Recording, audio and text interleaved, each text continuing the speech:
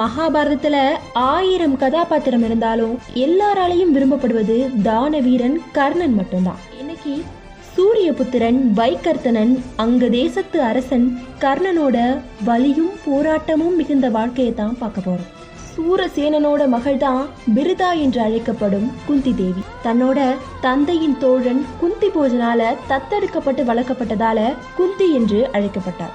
ஒரு நாள் துர்வாச முனிவர் குந்தியோட பணிவிடை பிடிச்சு போய் அவளுக்கு ஒரு வரத்தை கொடுக்கிறாரு.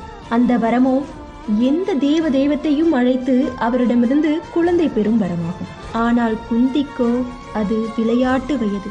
அந்த வரத்தை சோதிச்சு பார்க்கறதுக்காக சூரிய தேவனை மனசுல நினைக்கிறான். அடுத்த நொடி சூரிய பகவான் அவள் முன்னாடி தோன்றி ஒளி குமிழை போல ஒரு அழகான ஆண் குழந்தையை வரமா கொடுக்கிறாரு. அவன்தான் கர்ணன். பிறப்பிலேயே தெய்வீக கவசத்தோடும் குண்டலங்களோடும் பிறந்தவன். ஒளி பொருந்திய முகத்தை கொண்டவன். ஆனா அந்த ஒளிக்குள்ளதான் அந்த பிஞ்சு குழந்தையோட வாழ்க்கை முழுக்க இருளாக போகுதுன்னு பாவம் அந்த சிறுமை தாய்க்கு தெரியல.